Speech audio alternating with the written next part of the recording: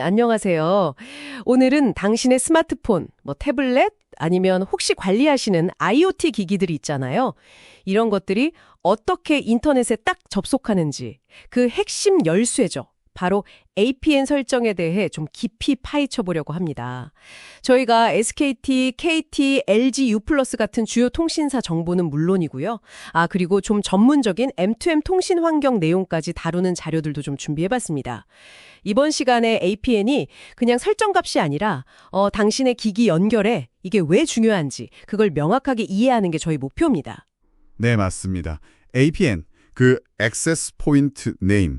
이게 뭐랄까 처음 들으면 좀 기술 용어 같잖아요. 근데 본질적으로는 당신의 기기가 통신사 네트워크를 딱 통과해서 인터넷이라는 목적지, 거기로 가기 위한 주소 같은 거라고 보시면 돼요.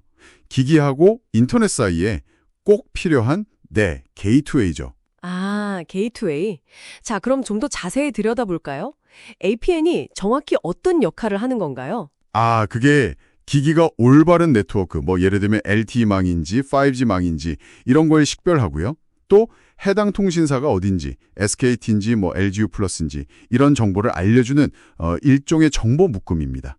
데이터 패킷이 정확한 길로 가도록 안내하는 표지판 역할, 그걸 하는 거죠. 표지판이요? 아하. 그렇다면 만약에 이 APN 설정이 잘못되면요. 당신의 기기는 아예 인터넷 접속이 안 되거나 아니면 연결이 엄청 불안정해질 수도 있겠군요. 바로 그겁니다. 인터넷 접속 문제, 그것뿐만이 아니라요. 사진 메시지 전송 같은 거 있잖아요. MMS. 그런 MMS 설정 정보, MMSC나 MMS 프록시 같은 그런 부가 정보에도 영향을 줘요. 그러니까 안정적인 통신을 위한 아주 기본적인 설정인 거죠. 저희가 살펴본 자료 보니까 SKT, KT, LG U+ 이 세 통신사 모두요.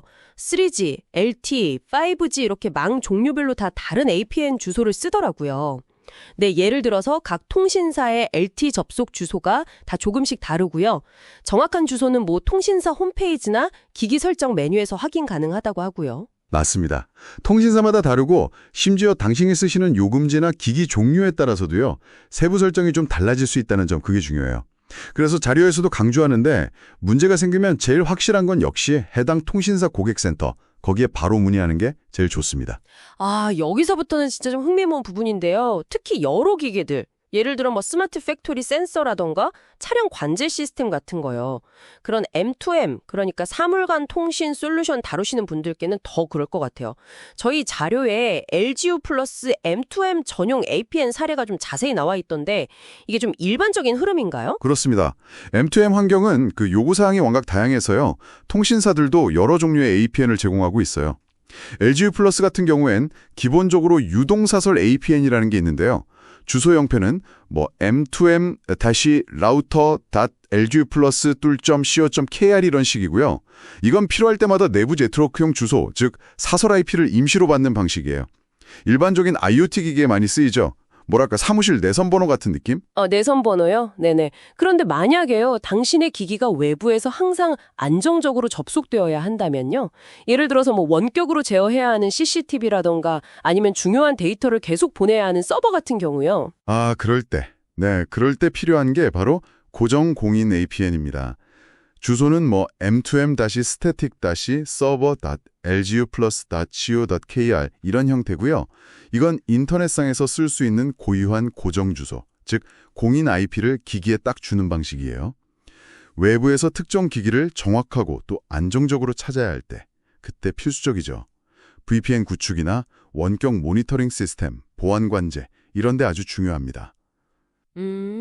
고정 IP가 확실히 더 안정적이고 보안에도 좋아 보이는데 혹시 비용 말고 다른 고려 사항은 없을까요? 당신이 생각해야 할 점이요? 네, 좋은 질문인데요. 아무래도 초기 설정이 유동 IP보다는 조금 더 복잡할 수는 있어요. 하지만 말씀하신 대로 보안 강화, 그러니까 고정 주소는 방화벽 설정 같은 데 유리하거든요.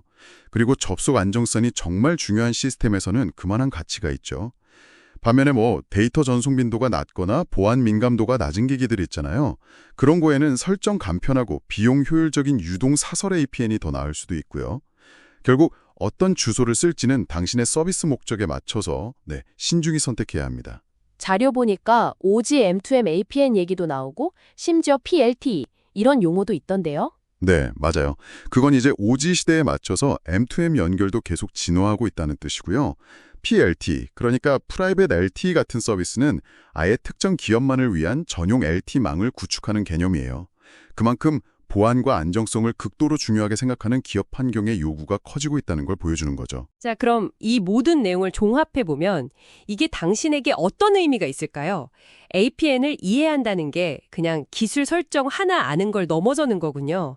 그러니까 당신의 스마트폰이든 아니면 관리하시는 수많은 IoT 기기든 안정적인 네트워크 연결을 보장하고 또 유동 IP의 편리함이냐, 고정 IP의 안정성이냐, 당신의 목적에 맞는 최적의 연결 방식을 선택하는 기준, 그걸 갖게 된다는 의미 같아요. 네, 더 넓게 보면요.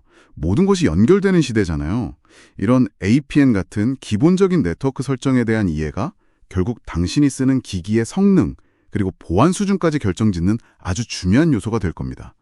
단순히 연결된다, 이게 아니라 어떻게, 얼마나 잘 연결될 것인가, 이게 중요해지는 거죠. 네, 그렇죠. 마지막으로 이런 질문 한번 던져보면서 마무리할까 합니다. 자료에서도 나왔듯이 APN 설정은 계속 변하고 또 진화하잖아요. 오지를 넘어서 미래의 통신 기술이 등장한다면 이 디지털 주소 체계는 또 어떻게 바뀔까요?